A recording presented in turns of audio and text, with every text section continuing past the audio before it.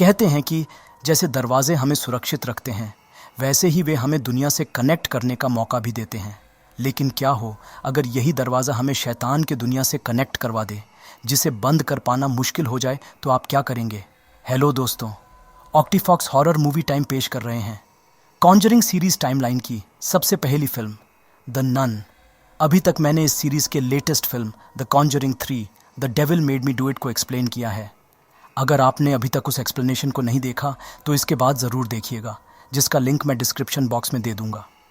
दोस्तों, यहाँ से मैं इस सीरीज़ के सभी मूवी एक्सप्लेनेशन को टाइमलाइन के हिसाब से ही एक्सप्लेन करूँगा, ताकि उन मूवीज़ में रिलेशन और उनमें लिंक्स हमें अच्छी तरह से समझ में आ सके। इस फिल्म के कुछ इंपॉर्टेंट पॉइंट्स मैं आपको बीच बीच में बताता रहूँगा, अंत में नहीं, इसलिए इस एक्सप्लेनेशन को आप ध्यान से सुनिएगा। और हाँ दोस्तों, जैसा कि आपको पता है, जिन्होंने हमें सब्सक्राइब कर लिया है उनके लिए ढेर सारा प्यार, और जिन्होंने अभी तक हमें सब्सक्राइब नहीं किया वे लोग जल्दी से सब्सक्राइब कर लीजिए और चलिए हमारे साथ जहां डर का बसेरा है। तो चलिए दोस्तों, बिना देरी किए सीधे चलते हैं मूवी एक्सप्लेनेशन की तरफ।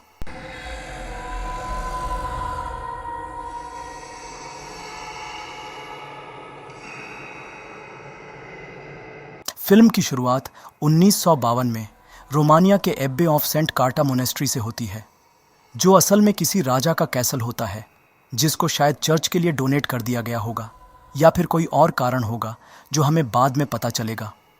एबी असल में उसे कहा जाता है, जो एक बहुत बड़ी बिल्डिंग होती है, जहां चर्च के साथ साथ उसके प्रीस्ट और नन्स के रहने और खाने की सुविधा होती है। और जैसे कि इस कासल में एक चर्च के साथ साथ वहाँ की नन्स के रहने और खाने की सुविधा भी थी, तो इसलिए इसे एबी कहा जाता था। कहते हैं कि जो चीज़ बाहर से जितनी शांत दिखती है, उसके अंदर उतनी ही उथल पुथल मची रहती है। रात के वक्त हम सिस्टर जेसिका और सिस्टर विक्टोरिया को कासल के एक डार्क पैसेज में देख पाते हैं, जहां बहुत से क्रॉस लटके रखे थे, और वहां एक दरवाजे पर लैटिन भाषा में फिनिथिक डियो लिखा हुआ था, जिसका मतलब था कि गॉड का साथ यहीं तक, जिसके पार डीमंस के दुनिया का दरवाज़ा है। और सिस्टर जेसिका उस डीमन को ख़त्म करने या उसे रोकने के इरादे से सिस्टर विक्टोरिया को लेकर वहाँ गई थी। उनके हाथ में हम एक एंशिएंट की को भी देख पाते हैं। दोनों बहुत डरे हुए थे। सिस्टर विक्टोरिया पूछती भी है कि वे लोग जो कर रहे हैं वो सही है ना, लेकिन सिस्टर जेसिका के मुताबिक उनके पास इसके सिवाय और कोई रास्ता भी नहीं है, और उसे गॉड पर विश्वास रखने को कहकर वो उस अंधेरे कमरे में चली जाती है, और विक्टोरिया बाहर बैठकर प्रेयर करने लगती है। उस भयानक रात के सन्नाटे में हम सिस्टर जेसिका की एक दर्द भरी चीख सुन पाते हैं, जिससे विक्टोरिया बहुत डर जाती है, और दूसरे ही पल हम सिस्टर जेसिका को लहूलुहान उस कमरे से बाहर आते हुए देख पाते हैं, जो विक्टोरिया को वो चाबी देते हुए बताती है कि वो डीमन अब बहुत शक्तिशाली हो गया है। इस दुनिया में आने के लिए उसे एक शरीर चाहिए, और वो अब उसके पीछे आएगा, और उसे पता है कि उसको क्या करना है। उन्होंने इतना कहा ही था कि तभी वो डीमन उन्हें वापस उस अंधेरे कमरे में खींच लेता है। ये देख विक्टोरिया उस चाबी को लेकर वहाँ से भागकर एक कमरे में चली जाती है, लेकिन वो डीमन उसका पीछा करते हुए वहाँ भी चला आता है। ये देख सिस्टर विक्टोरिया गॉड से माफ़ी मांगते हुए एक रस्सी से फांसी लगाकर खिड़की से बाहर कूद जाती है और अपनी जान दे देती है। वो माफ़ी इसलिए मांगती है क्योंकि चर्च के किसी भी फादर या सिस्टर के लिए आत्महत्या करना पाप माना जाता है, लेकिन अगर वो ये नहीं करती तो वो डीमन उसे पजेस कर इस दुनिया में आ जाता, जिस कारण उसे अपनी जान देनी पड़ी, क्योंकि एक डीमन को इस दुनिया में आने के लिए किसी जिंदा इंसान का शरीर चाहिए होता है, न कि मरे हुए इंसान का। हम वहाँ एक क्रॉस को देख पाते हैं जो अपने आप ही उल्टा हो जाता है, जो एंटी क्राइस्ट को रिप्रेजेंट करता है, और देखते ही देखते उसमें आग लग जाती है। और हम वहाँ उस डीमन को देख पाते हैं जो एक नन के रूप में होता है, जिसके साथ ही ये सीन यहीं कट हो जाती है। दूसरे सीन में हम एक बंदे को देख पाते हैं जो असल में फ्रांस से था, जो जवान और अकेला था और अपने जीवन साथी के इंतज़ार में था। फ्रांस से होने के कारण सभी उसे फ्रेंची कहकर बुलाते थे। अपना गुजर बसर करने के लिए वो गांव में छोटा मोटा काम करता था। उसके फ्रेंडली नेचर के वजह से गांव में सभी उसे पसंद करते थे। वो हर 3 महीने में खाने का सामान उस कैसल में ले जाता था और वहाँ के आइस हाउस में रख कर वापस चला आता था। तो उस दिन फ्रेंची के खाने का सामान ले जाने का दिन था, लेकिन वो नोटिस करता है कि कासल के गेट पर बहुत से रेवन बर्ड्स घूम रहे हैं, जिसे देख उसे थोड़ा अजीब लगता है। लेकिन जब वो चेक करने वहाँ जाता है तो सिस्टर विक्टोरिया की लाश को फांसी पर लटकते हुए देख दंग रह जाता है, और अचानक वो रस्सी टूटने के कारण विक्टोरिया की लाश नीचे गिर जाती है, जिसकी खबर वो उसी दिन वेटिकन सिटी के पॉप को भेज देता है और ये सीन यहीं कट हो जाती है। दूसरे सीन में हमें वेटिकन सिटी के चर्च को दिखाया जाता है। वहाँ हम फादर एंथनी बर्क को देख पाते हैं, जिन्हें रोमेनिया में हुए सिस्टर विक्टोरिया के आत्महत्या की जांच के लिए वहाँ बुलाया गया था, जहाँ फादर बर्क की मुलाकात बिशप पास्क्वेले से होती है। बरसों बाद एक दूसरे को देख वे दोनों बहुत खुश होते हैं। मीटिंग रूम में पहुंचकर फादर बर्क को पॉप सारी बात बताते हुए इस घटना की जांच के लिए रोमेनिया जाने को बोलते हैं।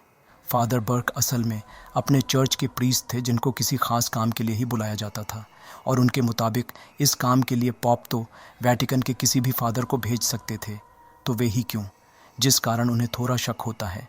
जिस पर पॉप का कहना था कि चर्च में एक सिस्टर की मौत हो गई है, जिससे लोगों का चर्च पर से विश्वास उठ सकता है, जिस कारण इस काम के लिए उन्हें चुना गया है। उस एबी में सिर्फ नन्स और सिस्टर्स रहती हैं, तो रूल्स के मुताबिक फादर वहाँ एंटर नहीं कर सकते, जिस कारण वहाँ उनके साथ एक सिस्टर का होना ज़रूरी है।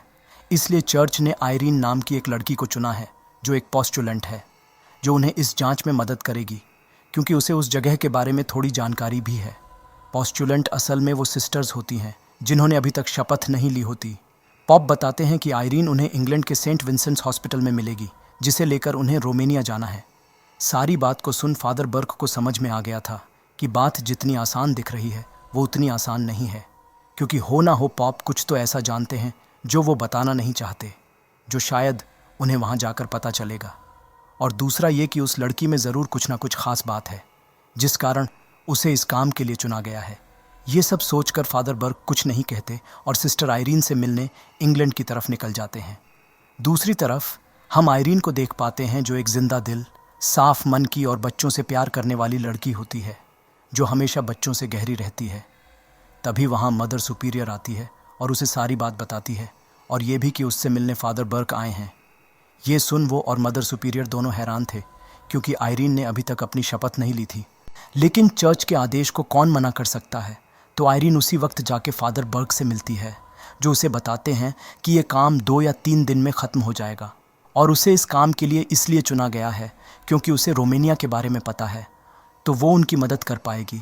जिसे सुन आयरीन बताती है कि वो तो कभी रोमेनिया गई ही नहीं है, जिसे सुन फादर बर्क को यकीन हो जाता है कि पॉप का इस लड़की को उसके साथ भेजने में कोई गहरा राज छुपा हुआ है, जो बात सच भी है, और वो हमें बहुत जल्द पता लगने वाली है। खैर, तो कुछ ही दिनों में फादर बर्क और आयरीन पहुंच जाते हैं रोमेनिया, जहां वे फ्रेंची से जाके मिलते हैं। आयरीन की खूबसूरती को देख फ्रेंची उसके साथ फ्लर्ट करने लगता है, लेकिन जब उसे पता चलता है कि वे दोनों एक प्रीस्ट और सिस्टर हैं, तो वो आयरीन से माफ़ी मांगता है। फ्रेंची से उन्हें पता चलता है इस गांव के सभी लोग उस कासल को श्रापित मानते हैं, यहाँ तक कि गांव वाले उसका नाम भी अपनी ज़ुबान पर नहीं लाता, और अगर कहीं गलती से आ भी जाए तो वो उसी वक्त थूक देते हैं, क्योंकि उनका मानना था कि अगर वे ऐसा नहीं करेंगे तो उन्हें भी श्राप लग जाएगा।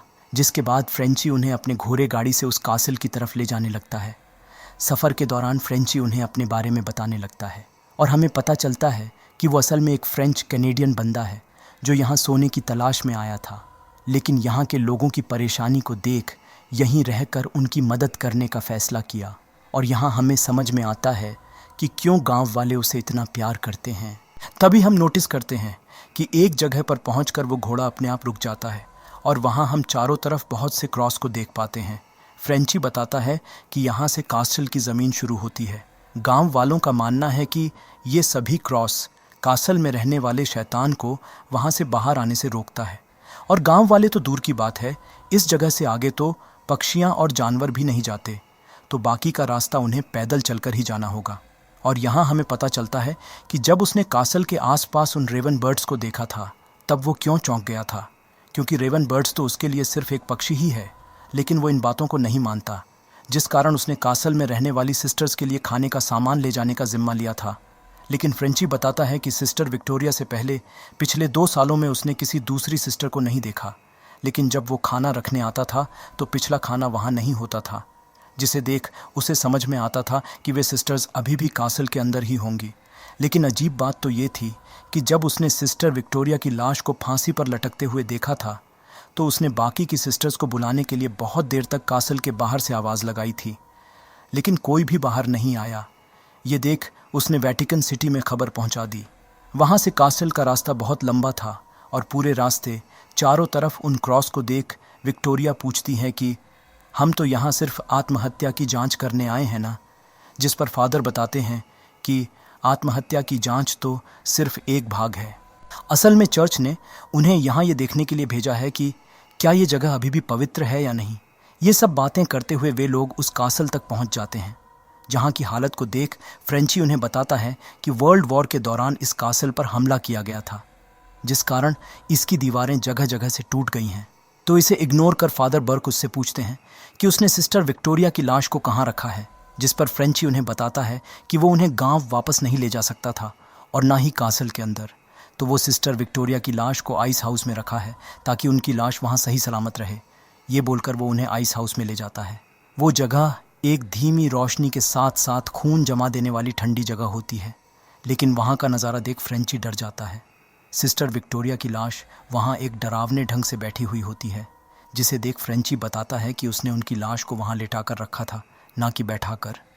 ऐसा नज़ारा देख किसी को की रूह तक कांप जाएगी, लेकिन फादर बर्क ने ऐसे कई मामले देखे थे, जिस कारण उन्हें इससे कोई फ़र्क नहीं पड़ता और वे नज़दीक जाके सिस्टर विक्टोरिया की लाश को चेक करने लगते हैं, जहाँ उन्हें वही एंशंट की मिलता है जिसे हमने फिल्म की शुरुआत में सिस्टर जेसिका के पास देखा था, जिसे देख वो उस चाबी को अपने पास रख लेते हैं। फ्रेंची बताता है कि इस आइस हाउस के अंदर से कासल तक जाने का एक गुप्त रास्ता है, जहाँ से आकर सिस्टर्स खाना ले जाती हैं ताकि उन्हें कासल के बाहर ना आना पड़े। जिसके बाद वे लोग सिस्टर विक्टोरिया की लाश को विधि पूर्वक दफना देते हैं। आयरीन नोटिस करती है कि वहाँ हर कब्र के ऊपर एक घंटी बंधी हुई है, जिस पर फादर बर्क उसे बताते हैं कि असल में इन घंटियों को इसलिए बांधा जाता है ताकि अगर गलती से किसी जिंदा इंसान को दफना दिया गया हो तो वो इस घंटी के सहारे बाहर के लोगों को ये बता सकता है। और ये प्रथा प्लेग के वक्त से शुरू हुई थी, क्योंकि उस वक्त ऐसे कई केसेस सामने आए थे। तो इसके बाद फ्रेंची उन्हें कासल के मेन गेट के पास ले जाता है, जहां उसे सिस्टर विक्टोरिया की लाश लटकती हुई मिली थी। तभी फादर बर्क को वहां फर्श पर गिरा हुआ खून सेमी लिक्विड स्टेट में मिलता है, जिसे देख सभी चौंक जाते हैं, क्योंकि सिस्टर विक्टोरिया को मरे हुए कई हफ्ते बीत गए हैं, जबकि उस खून को देखकर ऐसा लग रहा था कि जैसे उसे सिर्फ कुछ घंटे ही हुए हैं। तभी हम वहाँ एक नन को देख पाते हैं जो खिड़की से उन्हें ही देखे जा रही थी, लेकिन फादर बर्क के उनके तरफ देखते ही वो वहाँ से चली जाती है। तो इसे इग्नोर करके वे सभी कासल के अंदर चले जाते हैं, जहाँ हम एक टूम्ब रूम को देख पाते हैं, जहाँ चारों तरफ एक सन्नाटा था।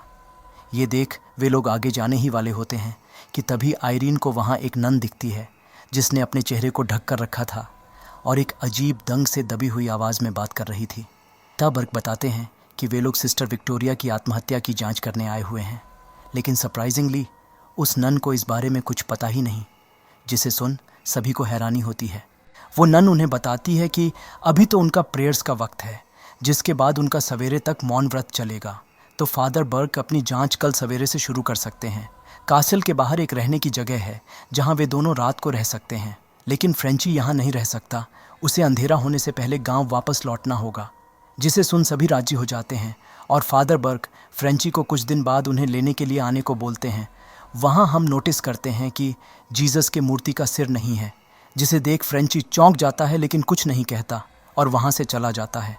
लेकिन तब तक शाम हो चुकी थी और तभी जंगल में फ्रेंची को सिस्टर विक्टोरिया दिखती है, जिन्हें देख वो उनका पीछा करने लगता है, जो अचानक जंगल में कहीं गायब हो जाती है।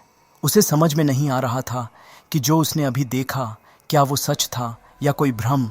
वो ये सब सोच ही रहा था कि तभी सिस्टर विक्टोरिया की लाश फांसी पर लटकते हुए उसके सामने आती है, जिसे देख वो बहुत डर जाता है। और इससे पहले कि वो खुद को संभाल पाता, अचानक उस रस्सी के टूटने से सिस्टर विक्टोरिया की लाश उस पर आकर गिर जाती है। लेकिन वो सिस्टर विक्टोरिया नहीं, बल्कि वो डीमन होता है, जिसने सिस्टर के बॉडी को पजेस कर रखा था, जो देखते ही देखते उस पर हमला कर देता है, जिससे फ्रेंची किसी तरह खुद को छुरा के क्रॉस के घेरे की तरफ चला जाता है, जहां वो डीमन नहीं आ पाता। ये देख वो एक क्रॉस को लेकर वहां से भाग जाता है। दूसरी तरफ हम फादर बर्क और आयरीन को देख पाते हैं, जो इन सब से अनजान आपस में बातें कर रहे थे, और बातों ही बातों में उन्हें पता चलता है कि वे दोनों ही बिशप फोन को जानते हैं। आयरीन बताती है कि बचपन से ही उसे अजीब तरह के विजन्स आते थे, कुछ अच्छे और कुछ बहुत ही बुरे, यहाँ तक कि उसे आत्माएं भी दिखती थीं। लेकिन हर एक विजन के अंत में उसे एक आवाज़ सुनाई देती है कि मदर मैरी उसे रास्ता दिखाएंगी, जिस बारे में आयरीन ने अपने पापा को भी बताया था। लेकिन उन्होंने भी उस पर विश्वास नहीं किया। उनको लगा कि उसे कोई दिमागी बीमारी है। लेकिन जब चर्च को इस बारे में पता चला तो बिशप फोर्ने को उसके पास भेजा गया, जो उसे अपने साथ चर्च ले आए थे, और इसीलिए पोप ने उसे यहाँ भेजा ताकि उसकी शक्तियों की मदद से फादर बर्क इस केस को सॉल्व कर पाएंगे। आयरीन की बात को सुन फादर बर्क को भी अपनी एक घटना याद आती है जो फ्रांस में उनके साथ घटी थी। फादर बर्क बताते हैं कि वो वर्ल्ड वॉर का वक्त था जब उन्हें डेनियल नाम के एक लड़के के पास भेजा गया था जिसको एक डीमन ने पजेस्ट किया था। एक्सॉर्सिज्म के बाद सभी को लगा कि डेनियल ठीक हो गया है, लेकिन उन्हें शक था कि शायद बात अभी भी ख़त्म नहीं हुई है, तो वो खुद इसकी जांच करने वहाँ गए, जहाँ उनका शक सही निकला। डेनियल अब भी पजेस्ड था, जिसे देख उन्होंने उस पर एक बार और एक्सॉर्सिज्म किया, जिससे डीमन तो चला गया, लेकिन डेनियल इतना घायल हो गया कि वो इसे झेल नहीं पाया और कुछ दिनों बाद मारा गया। जिस बात का दुख फादर को आज भी है, जिसके साथ ही ये सीन यहीं कट हो जाती है। रात को सोते वक्त रेडियो में अचानक एक म्यूज़िक बजने लगती है, जिससे फादर बर्क की नींद टूट जाती है, और जब वे रेडियो को बंद करने जाते हैं तो वहाँ एक लड़की को देख पाते हैं, जिसका पीछा करते हुए फादर बर्क कब्रिस्तान में पहुँचते हैं, जहाँ वो अपने सामने डेनियल को देख चौंक जाते हैं। और देखते ही देखते डेनियल के मुंह से एक सांप निकलकर फादर बर्क पर हमला कर देता है, जिसे देख जब फादर वहाँ से भागने की कोशिश करते हैं तो वो एक कॉफिन में गिर जाते हैं, और वो डेमन उन्हें उसी कॉफिन में दफना देता है, जहाँ वो मदद के लिए उस घंटी को ज़ोर ज़ोर से बजाते रहते हैं। दूसरी तरफ हम आयरीन को देख पाते हैं, जो इससे बेखबर सो रही होती है, लेकिन तभी उसे कहीं कुछ गलत होने का एहसास होता है, जिससे उसकी नींद टूट जाती है, और हम उसके पीछे उसी नन की आत्मा को देख पाते हैं जो उसे ही देखे जा रही थी। लेकिन आयरीन ये नोटिस नहीं करती। उसे फादर बर्क कहीं नहीं दिखते, तो उन्हें ढूंढते हुए वो एबी के एक प्रेयर रूम में पहुंच जाती है, जहां बहुत से नन काले लिबास पहनकर बैठी हुई होती हैं। तभी उसे वहां एक नन की परछाई दिखती है, जो धीरे धीरे आकर उसके पीछे खड़ी हो जाती है, और हम उस नन की आत्मा को उसके पीछे देख पाते हैं। लेकिन जब वो पलटती है तो वहाँ कोई नहीं होता, और तब तक वो सभी नन भी गायब हो चुकी होती हैं। ये सब देख वो समझने की कोशिश ही कर रही थी कि तभी वो नन की आत्मा अचानक उसके पीछे आके उसे डरा देती है, जिससे वो शीशा उसी वक्त टूट जाता है, जिसके साथ ही जीसस का क्रॉस भी गिर के टूट जाता है, जो ये सिंबलाइज करता है कि अब ये कासल पवित्र नहीं रहा, यहाँ डीमन का राज है। ये सब देख वो बहुत डर जाती है और उसी वक्त कासल से निकल आती है। कासल के बाहर आते ही उसे कब्र के घंटी की आवाज़ सुनाई देती है, जो फादर बर्क मदद के लिए बजाए जा रहे थे। ये सुन वो समझ जाती है कि उस आत्मा ने उन्हें कब्र में दफना दिया होगा, जिसे जान वो उसी वक्त कब्रिस्तान की तरफ भागती है। लेकिन वहाँ पहुँचने पर वो देखती है कि वहाँ के सभी कब्रों की घंटियाँ एक साथ बज रही हैं, जो जाहिर सी बात है कि वो नन की आत्मा कर रही थी, ताकि वो फादर बर्क के कब्र तक किसी भी हाल में न पहुँच सके। लेकिन तभी आयरीन अपनी शक्तियों का इस्तेमाल करके फादर बर्क के कब्र का पता लगा लेती है और उसे खोदने लगती है। ये देख वो आत्मा फादर बर्क पर हमला कर देती है, लेकिन इससे पहले कि वो आत्मा कुछ कर सके, उससे पहले ही आयरीन उस कब्र को तोड़ के फादर बर्क को वहाँ से निकाल लेती है और उनकी जान बच जाती है।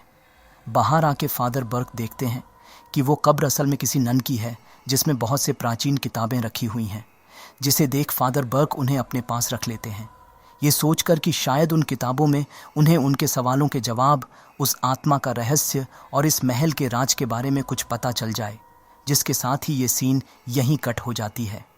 दूसरे दिन की सुबह पिछली रात के घटना को साइड में रखकर फादर बर्क और आयरीन पहुंच जाते हैं कासल के मेन गेट के सामने, जहां वे गेट के सामने अब और भी खून पड़ा हुआ देख पाते हैं, जिसे देखकर दोनों चौंक जाते हैं।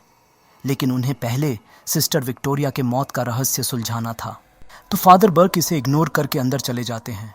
लेकिन उस एबी के अंदर किसी भी फादर को जाने की अनुमति नहीं थी, जिस कारण फादर बर्क बाहर ही रुक जाते हैं और आयरीन को अकेले ही अंदर जाना पड़ता है। एबी के अंदर का नज़ारा बहुत ही अजीब था। हर चर्च में जहाँ चारों तरफ एक शांति और मन को सुकून देने वाला माहौल रहता है, वहीं इस एबी में एक अजीब सी खामोशी, एक अजीब सा सन्नाटा चारों तरफ छाया हुआ था। ऐसे माहौल को एक पवित्र जगह पर देखकर आयरीन को अजीब लगता है। लेकिन जब वो वहाँ मदर मैरी के स्टैचू को देखती है तो उन्हें वहाँ देख आयरीन बहुत खुश होती है और उस मूर्ति के पास जाके खड़ी हो जाती है, जहाँ उसे थोड़ा सुकून मिल रहा था। तभी उसे वहाँ एक सिस्टर की झलक दिखती है, जिनका पीछा करते हुए वो चर्च के प्रेयर रूम में पहुँच जाती है, जहाँ हम सिस्टर रूथ को देख पाते हैं, जो लैटिन भाषा में प्रेयर्स कर रही होती है। जिन्हें वहाँ देख आयरीन उन्हें बुलाने जाती है, लेकिन इससे पहले कि वो सिस्टर रूथ को बुला पाती कि तभी सिस्टर वाना उसे रोक लेती है और उसे वहाँ से ले जाती है, जिसके साथ ही ये सीन यहीं कट हो जाती है। दूसरी तरफ हम फ्रेंची को देख पाते हैं, जो गांव के एक बार में होता है, जो अभी भी डरा सहमा हुआ था। उसके पास हम कासल के उस क्रॉस को भी देख पाते हैं, जिसके सहारे पिछली रात को वो उस डीमन से बच के आ पाया था। वैसे तो फ्रेंची बहुत बहादुर किस्म का बंदा है, लेकिन पिछली रात को जो घटना उसके साथ घटी थी, उससे वो अंदर तक हिला हुआ था, जिस कारण वो क्रॉस अभी भी उसी के साथ थी और जहाँ भी जा रहा था उसे अपने साथ ले जा रहा था। बार के मालिक से फ्रेंची को पता चलता है कि लुका नाम के एक गांव वाले की छोटी सी बेटी ने अचानक बिना किसी कारण के खुद को फांसी लगाकर अपनी जान दे दी है।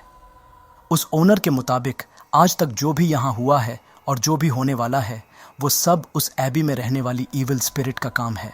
और जिन फादर और सिस्टर को फ्रेंची ने पिछले दिन उस एबी में छोड़ कर आया था, वो भी नहीं बचेंगे। जिसे सुन फ्रेंची के तो जैसे पैरों तले से ज़मीन ही खिसक जाती है और वो बार में रखी एक शॉटगन और कुछ कारतूसों को लेकर उनकी मदद के लिए निकल जाता है। उधर हम फादर बर्ग को देख पाते हैं, जो उन प्राचीन किताबों को स्टडी कर रहे होते हैं, जहाँ से उन्हें एक शॉकिंग बात पता चलती है कि जिस डीमन का वे लोग सामना कर रहे हैं, उसका नाम असल में वलक है, जो एक बहुत ही खतरनाक डीमन है जो सांपों को कंट्रोल कर सकता है। और इसीलिए हमने कब्रिस्तान में डैनियल के मुंह से सांप को निकलते हुए देखा था। लेकिन सवाल ये था कि इतना खतरनाक डीमन आखिर इस दुनिया में आया कैसे, क्योंकि कोई भी डीमन बिना बुलाए इस दुनिया में तो किसी भी हालत में नहीं आ सकता। और ऊपर से उस दरवाजे का एक एबी जैसे पवित्र स्थान पर होना अपने में ही कई सवाल खड़े करते हैं। लेकिन इन सभी सवालों के जवाब हमें सिस्टर ओआना से पता चल जाता है, जो तब तक आयरीन को उस प्रेयर रूम से बाहर एक कमरे में लेकर आ चुकी थी। सिस्टर ओआना बताती है कि इस अब्बे में कुछ ना कुछ पैरानॉर्मल घटनाएं घटती रहती हैं, जिस कारण यहाँ की सभी सिस्टर्स सदियों से बारी बारी प्रेयर्स करती रहती आई हैं, ताकि प्रार्थनाओं का ये सिलसिला कभी भी ना टूटे और उस डीमन का प्रभाव इस कासल पर कम रहे। लेकिन इससे पहले कि वो कुछ और कहती, तभी उस कमरे का दरवाज़ा अपने आप खुल जाता है और हम वहाँ एक नन को देख पाते हैं, जिन्हें देख सिस्टर ओआना चुप हो जाती है और वहाँ से जाने लगती है। लेकिन आयरीन के इंसिस्ट करने पर वो मान जाती है और उसे इस कैसल के इतिहास के बारे में बताने लगती है। और यहाँ हमें इस कैसल के उस काले इतिहास के बारे में पता चलता है, जहाँ से इन सब चीज़ों की शुरुआत हुई थी। तो हुआ कुछ ऐसा था कि 10वीं शताब्दी के समय सेंट कार्ड के ड्यूक ने ये कासल बनाया था। उस वक्त किसी जगह के राजा को ड्यूक कहा जाता था, जो एम्परर के अंडर रहकर अपना राज संभालते थे। लेकिन वो ड्यूक खुद एम्परर बनना चाहता था, जिस कारण वो काला जादू सीखने और करने लगा और अपनी इच्छाओं की पूर्ति के लिए काली शक्तियों को हासिल करना चाहा। लेकिन डीमंस ने इस बात का फ़ायदा उठाकर उससे नर्क का दरवाज़ा खुलवा दिया, ताकि डीमंस इस दुनिया में आ सके। लेकिन इसी बीच एम्परर को इस बात की भनक लग गई और अपने सैनिकों को भेजकर ड्यूक को मार दिया, जिसके बाद चर्च ने नर्क के उस द्वार को क्राइस्ट के खून से बंद कर दिया और इस कासल को एक एबी ने बदल दिया और सब कुछ ठीक हो गया। लेकिन वर्ल्ड वॉर के वक्त इस कासल पर बमबारी हुई, जिससे वो दरवाज़ा फिर से खुल गया और जिससे हुआ ये कि डीमंस फिर से इस दुनिया में आने की कोशिश करने लगे। लेकिन इससे पहले कि बहुत देर हो जाए, चर्च ने एक पवित्र रेलिक को उस दरवाजे पर रख दिया, जिसमें क्राइस्ट का पवित्र खून था, जिससे वो दरवाज़ा तो बंद नहीं हुआ, लेकिन उस रेलिक के वजह से डीमंस उस दरवाजे को पार करके इस दुनिया में नहीं आ पाए। लेकिन तब तक वलक नाम का डीमन इस दुनिया में आ चुका था, जिसे इस दुनिया में रहने के लिए एक जिंदा शरीर की ज़रूरत थी। लेकिन सिस्टर्स की प्रेयर्स और कासल के चारों तरफ उन क्रॉस के वजह से उस डीमन की ताकत सिर्फ इस कासल तक ही सीमित रह गई। सिस्टर ओआना बताती है कि वो डीमन एक नन का भेष बनाकर इस कासल में घूमता है, ताकि वो उनके बीच घुल मिल सके। और यहाँ आयरीन को पता चलता है कि इस कासल में पिछले दिन जिस नन से उनकी मुलाकात हुई थी, वो कोई नन नहीं बल्कि वही वलक डीमन था। लेकिन इससे पहले कि सिस्टर ओआना और कुछ बता पाती, तभी वहाँ सिस्टर एबिगेल आ जाती है और उसे और कुछ कहने से रोक देती है। सिस्टर एबिगेल बताती है कि अब सिस्टर ओआना के प्रेयर्स करने की बारी है और आयरीन को इस कासल से चले जाने को कहती है। लेकिन प्रॉब्लम ये थी कि तब तक रात हो गई थी और कासल के गेट्स भी बंद हो चुके थे, जिस कारण अब आयरीन को वो रात इसी कासल में बितानी होगी। जिसे सुन सिस्टर एबिगेल कुछ नहीं कहती और वहाँ से चली जाती है। लेकिन हम उनकी आंखों में आंसू को साफ साफ देख पाते हैं, जिसका मतलब हमें बाद में पता चलेगा। तो सिस्टर ओआना आयरीन को एक कमरे तक पहुंचाकर प्रेयर के लिए चली जाती है। दूसरी तरफ फादर बर्ग को वलक डीमन के बारे में बहुत कुछ पता चल गया था, लेकिन गेट्स के बंद होने के कारण वो भी इस कासल में फंस गए थे। तो वो कासल के नक्शे में अंदर जाने का रास्ता ढूंढने लगते हैं। तभी वहाँ वो नन आ जाती है, जो अजीब बातें बोलने लगती हैं कि अंदर जाने का कोई दूसरा रास्ता नहीं है। इस एबी का राज अब राज ही रहेगा और आयरीन अब नहीं लौटेगी। जिन बातों को सुन फादर बर्क को शक होता है और उनके चेहरे का पर्दा हटाने की कोशिश करते हैं, लेकिन वो सिस्टर जेसिका की लाश होती है जिसे देख वे घबरा जाते हैं और ये सीन यहीं कट हो जाती है। दूसरी तरफ आयरीन को नींद में एक विजन्स दिखता है जिसमें वो पजेस्ड हालत में कासल के अंदर घूम रही होती है, जहां उसे वही नन की आत्मा दिखाई देती है जो उसे हॉन्ट करने लगती है और मदर मैरी रास्ता दिखाएंगी कि आवाज़ के साथ उसकी नींद टूट जाती है। उस विजन को देख आयरीन बहुत डर गई थी, लेकिन तभी वो नोटिस करती है कि उस कमरे में एक सिस्टर प्रेयर कर रही है जो दूसरे ही पल गायब भी हो जाती है और जिसके साथ ही उसे सिस्टर विक्टोरिया के फांसी लगाकर आत्महत्या वाला दृश्य दिखाई देती है, जिसे देख वो घबरा जाती है। लेकिन इतना कुछ हुआ ही था कि तभी वो नन की आत्मा वहां आके उसे हॉन्ट करने लगती है, जिससे आयरीन बहुत डर जाती है। वो आत्मा उस पर हमला करने ही वाला होती है कि तभी सिस्टर वाना वहां आ जाती है और उसे वहां से बचाकर प्रेयर रूम की तरफ भेज देती है, जिसके साथ ही सीन शिफ्ट होती है फादर बर्क की तरफ, जहां वे कास्टल के अंदर जाने का रास्ता ढूंढ रहे होते हैं। तभी उन्हें फ्रेंची की कही एक बात याद आती है कि आइस हाउस के अंदर से कास्टल तक जाने का एक गुप्त रास्ता है जहां से आकर सिस्टर्स खाना ले जाती हैं, जिसे सोच वो आइस हाउस की तरफ जाने लगते हैं। लेकिन तभी उन्हें फिर से वहां डैनियल दिखता है, जिसके मुंह से हम सांप को निकलते हुए देख पाते हैं और देखते ही देखते डैनियल उन पर हमला कर देता है, जिससे किसी तरह खुद को बचाकर फादर बर्क आखिर आइस हाउस तक पहुंच ही जाते हैं। असल में उस डीमन को एक नन या सिस्टर चाहिए था जिसे वो पजेस कर सके, जिसके लिए कासल के अंदर आयरीन थी और फादर बर्क जो एक प्रीस्ट भी हैं वो उसे रोक सकते हैं, जिस कारण वो डीमन नहीं चाहता था कि वे किसी भी हालत में कासल के अंदर जाके आयरीन की मदद करें। जिस कारण जब फादर बर्क आइस हाउस तक पहुंचते हैं तो वो डीमन एक लाश को पजेस करके उन पर हमला कर देता है। लेकिन इससे पहले कि वो फादर को मार पाता तभी वहाँ फ्रेंची आ जाता है और उन्हें बचा लेता है और वे दोनों उस गुप्त रास्ते से कास्टल के अंदर चले जाते हैं। उधर आयरीन भी प्रार्थना रूम तक पहुंच चुकी थी, जहां सिस्टर एबिगेल प्रार्थना कर रही होती हैं, जहां उसे सफ़ेद चादर से लिपटी हुई एक लाश दिखती है जो और कोई नहीं बल्कि सिस्टर ओवाना होती है, जिन्हें उस डीमन ने मार दिया होता है। और तभी उस प्रेयर रूम में सभी सिस्टर्स आ जाती हैं। सिस्टर रूथ उसे बताती है कि वो डीमन पूरी कोशिश करेगा कि आयरीन प्रेयर करना बंद कर दे, लेकिन उसकी प्रार्थना किसी भी हालत में बंद नहीं होनी चाहिए। जिसके बाद सभी सिस्टर्स प्रार्थना करने लगती हैं। वो डीमन आयरीन के कपड़े को पीछे से फाड़ देता है और उसके पीठ पर खरोंच कर स्टार का सिंबल बनाने लगता है, जिससे आयरीन को बहुत दर्द होता है, लेकिन फिर भी वो प्रेयर करना बंद नहीं करती। तभी वहाँ फादर बर्क और फ्रेंची आ जाते हैं, जिन्हें वो सारी बात बताते हुए कहती है कि हम सभी सिस्टर्स यहाँ उस डीमन को रोकने के लिए प्रेयर कर रहे हैं। लेकिन जब फादर बर्क बताते हैं कि यहाँ तो उसके सिवा और कोई नहीं है, तो ये देख आयरीन चौंक जाती है कि थोड़ी ही देर पहले जहाँ चारों तरफ मोमबत्तियाँ जल रही थीं और सारी नन उसके साथ प्रेयर कर रही थीं, वो कमरा असल में एक वीरान कमरा है जहाँ सिर्फ उस लाश के सिवा और कुछ नहीं था। लेकिन जब आयरीन उस लाश को चेक करती है तो हमें हमारे कई सवालों के जवाब मिल जाते हैं। वो लाश थी तो सिस्टर वाना की ही, लेकिन उनकी मौत काफ़ी वक्त पहले ही हो चुकी थी। तो सवाल ये था कि आयरीन ने अब तक जो देखा और झिंग को देखा वो क्या था। तो असल में हुआ कुछ ऐसा था कि इस दुनिया में आने के लिए उस डीमन को एक जिंदा नन का शरीर चाहिए था, जो बात एबी के सभी नन्स को पता थी, जिस कारण शायद उस डीमन के उन्हें पजेस करने से पहले ही वे सभी नन्स एक एक करके अपनी जान दे दी थी और वे उस कासल को छोड़कर वहाँ से जा भी नहीं सकती थी, क्योंकि उन्हें वहाँ लगातार प्रेयर्स करते रहना होता था ताकि उस डीमन की ताकत कम हो जाए और वो वहाँ से बाहर ना जा सके। वहाँ एक वक्त पर एक ही सिस्टर प्रार्थना कर रही थी, तो उस वक्त वो डीमन बाकी सिस्टर्स को अपना शिकार बनाने की कोशिश कर रहा था। लेकिन वो डीमन जिस भी सिस्टर को पोजेस करने जा रहा था वो खुद को ही सैक्रिफाइस कर दे रही थी। इसलिए जब एक एक करके सभी सिस्टर्स ने अपनी जान दे दी तो ये देख सिस्टर जेसिका उस गेट को बंद करने के लिए उस अंधेरे कमरे में गई थी। लेकिन वो डीमन बहुत ही शक्तिशाली था, जिस कारण उसने सिस्टर जेसिका को मार दिया और ये देख सिस्टर विक्टोरिया ने भी अपनी जान दे दी ताकि वो डीमन उसके शरीर को पोजेस ना कर सके। मतलब आयरीन और फादर बर्क के वहाँ पहुँचने से पहले ही सभी नन मारी जा चुकी थी और आयरीन ने अभी तक जिन्हें देखा वे सब उन सिस्टर्स की पवित्र आत्माएं थीं जो उसकी मदद कर रहे थे।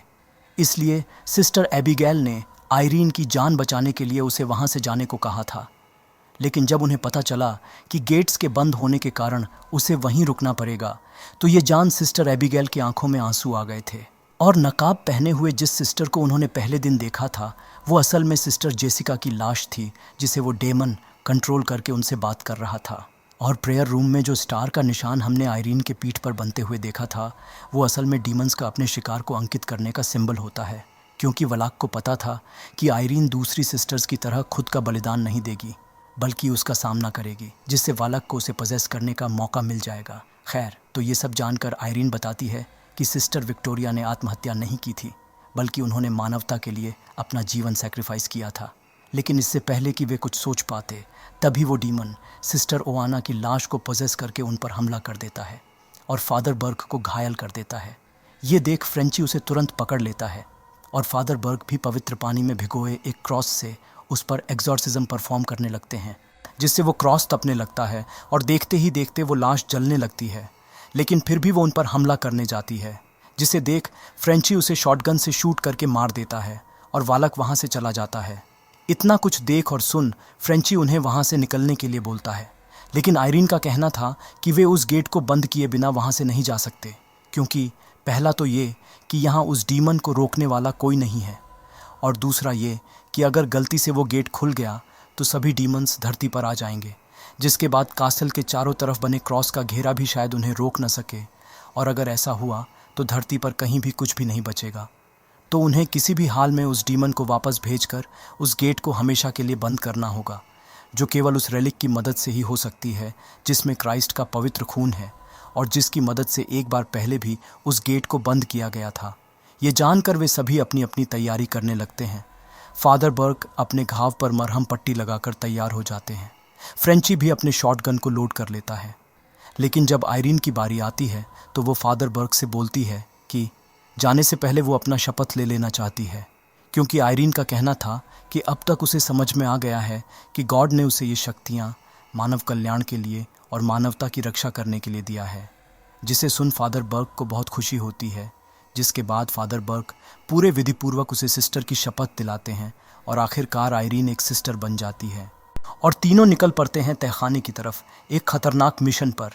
तहखाने तक तो वे लोग पहुंच जाते हैं, लेकिन आगे का रास्ता उन्हें कहीं नज़र नहीं आ रहा था। तभी वे नोटिस करते हैं कि वहां रखे मदर मैरी की उंगली पर रोशनी गिर रही है, जो सीधे एक दीवार पर रिफ्लेक्ट हो रहा है, जहां चेक करने पर उन्हें एक की होल दिखता है, जिसे देख सिस्टर आयरीन उस चाबी का इस्तेमाल करती है जो उन्हें सिस्टर विक्टोरिया के लाश के पास से मिला था, और उस चाबी से वो दरवाज़ा खुल जाता है जहां उन्हें वो रिलिक मिलता है जिसमें क्राइस्ट का पवित्र खून था। ये सब देख सिस्टर आयरीन को समझ में आ जाता है कि क्यों उसे हर एक विजन्स के अंत में मदर मैरी रास्ता दिखाएंगी की आवाज़ सुनाई देती थी। फादर बर्ग उस रेलिक को वहाँ से बाहर निकाल कर उसे सिस्टर आयरीन को पहना देते हैं और वे लोग सीधे पहुँच जाते हैं उसी गेट के सामने जिसे हमने फिल्म की शुरुआत में देखा था, जहाँ पर लैटिन भाषा में फिनिथिक डियो लिखा हुआ था, जिसका मतलब था कि गॉड का साथ यहीं तक। उस दरवाजे के अंदर रास्ता बहुत ही डार्क और फैला हुआ था, तो वे तीनों अलग अलग डायरेक्शन में उस नरक के गेट को ढूंढने चले जाते हैं। सबसे पहले हमें सिस्टर आयरीन को दिखाया जाता है, जिनके पीछे हम एक फेसलेस नन को देख पाते हैं जो उसके पीछे पीछे चल रही थी, और जब सिस्टर आयरीन उसके तरफ मुड़ती है तो एक और फेसलेस नन आके उस पर हमला कर देती है, जिससे डर के उनके हाथ से वो लालटेन गिर जाता है। लेकिन वो किसी तरह खुद को उनसे बचाकर वहाँ से भाग जाती है और ये सीन यहीं कट हो जाती है। दूसरी तरफ हम फादर बर्ग को देख पाते हैं, जिनके सामने अचानक काले लिबास पहने कई नन आ जाती है जो उनकी तरफ बढ़ने लगती है, जिसे देख वो लालटेन के केरोसाइन तेल से एक क्रॉस का सिंबल बनाकर उसमें आग लगा देते हैं, जिससे वो सभी आत्माएं वहीं रुक जाती हैं और ये सीन यहीं कट हो जाती है। दूसरे सीन में हम सिस्टर आयरीन को एक कमरे में देख पाते हैं जहां वो एक मोमबत्ती लेकर पहुंच गई थी, लेकिन जैसे ही वो कमरे के बीचों बीच पहुंचती है तो उसके चारों तरफ 5 मोमबत्तियां जल जाती हैं और हम सिस्टर आयरीन को एक स्टार वाले सिंबल के बीच खड़े हुए देख पाते हैं, जैसे उसके पीठ पर वलाक ने बनाया था। ये देख वो समझ जाती है कि वो डीमन अब उसे पजेस करने वाला है, जिसे जान वो वहाँ से भागने की कोशिश करती है, लेकिन उससे पहले ही वहाँ कई सारी नन आके उसे घेर लेती हैं और उसके एक चीख के साथ उस कमरे का दरवाज़ा बंद हो जाता है। आयरीन के चीख को सुन फ्रेंची वहाँ पहुँच जाता है, लेकिन जैसे ही वो उस कमरे के अंदर जाता है तो अपने चारों तरफ कई सारी नन को देख वो चौंक जाता है। उसे पता था कि उसके पास इतनी सारी गोलियाँ नहीं हैं, तो वो बड़े सावधानी से आगे बढ़ने लगता है। लेकिन जब सभी नन उसके सामने से हट जाती हैं तो वो सिस्टर आयरीन को एक पजेस्ड हालत में उस साइन के ऊपर लगभग लेविटेट करते हुए देख पाता है और जैसा ही फ्रेंची उसके पास जाता है तो आयरीन उस पर हमला कर देती है। और इससे पहले कि वो फ्रेंची को मार पाती, उससे पहले ही वो क्राइस्ट का खून लेकर आयरीन के माथे पर लगा देता है, जिससे वलक आयरीन के शरीर को छोड़कर अलग हो जाता है। आयरीन तो वापस ठीक हो गई थी, लेकिन इससे वालक और भी गुस्सा हो जाता है और उस नन के रूप में आकर फ्रेंची को पकड़कर हवा में उठा देता है, जिसे देख आयरीन जब उसकी मदद करने जाती है तो नन उसे दूर पानी में फेंक देती है और फ्रेंची का गला दबाने लगता है, जिससे फ्रेंची बेहोश होकर गिर जाता है। तब तक फादर बर्ग भी वहां पहुंच चुके थे, लेकिन तभी डैनियल की आत्मा उन पर हमला कर देता है और उसके मुंह से एक सांप निकलकर फादर बर्ग का गला दबाने लगता है, जिससे वो किसी तरह खुद को छुड़ा लेते हैं।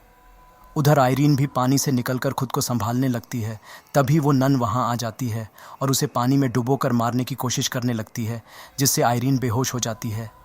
लेकिन बेहोश होने से पहले नन को वो रिलिक दे देती है, जिसे पाकर नन बहुत खुश हो जाती है, क्योंकि वो खून ही था जो उसे रोक सकता था, जिसे वो किसी भी हाल में नष्ट करना चाहती थी। लेकिन वो खुद से उस रिलिक को हासिल नहीं कर सकती थी जब तक कि ना कोई खुद से उसे वो रिलिक सौंप दे। इसीलिए आयरीन को पॉजेस करने पर भी वो उस रिलिक को छू नहीं पाई। पर अब उसे वो रिलिक मिल गया था, लेकिन दूसरे ही पल उसकी खुशी हवा में उड़ जाती है जब वो देखती है कि वो रिलिक तो टूटा हुआ है और उसमें क्राइस्ट का खून नहीं है। ये देख वो गुस्से में आयरीन को पानी से बाहर निकालती है, लेकिन तभी आयरीन उस पर क्राइस्ट का खून थूक देती है। असल में आयरीन ने क्राइस्ट के खून को अपने मुंह में रख लिया था और बेहोश होने की एक्टिंग कर रही थी, और मौका पाते ही वो खून उस नन पर फेंक दिया। मतलब अब तक वो डीमन ही सबके साथ ट्रिक करता आ रहा था और अंत में आयरीन ने उसी के साथ ट्रिक कर दिया। खैर, तो इससे हुआ ये कि उस नन का शरीर जलने लगता है और जैसे ही उस खून की बूंदें पानी में गिरती हैं तो पूरा पानी ही पवित्र हो जाता है और हम उस गेट को भी देख पाते हैं जो उस पानी के अंदर ही थी।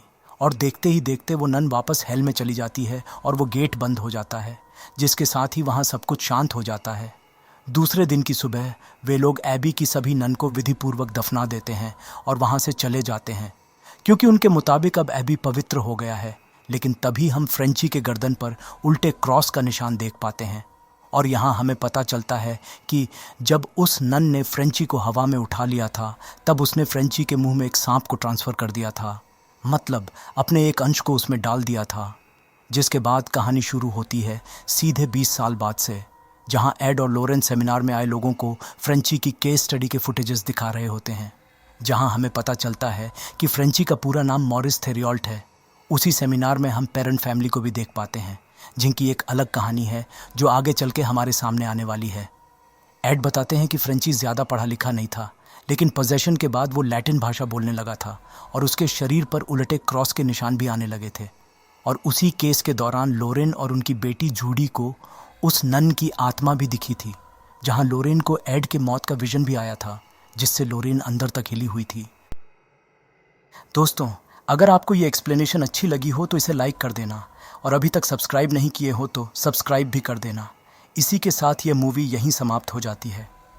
तो चलिए मिलते हैं दूसरी मूवी एक्सप्लेनेशन में, जहां डर का बसेरा हो।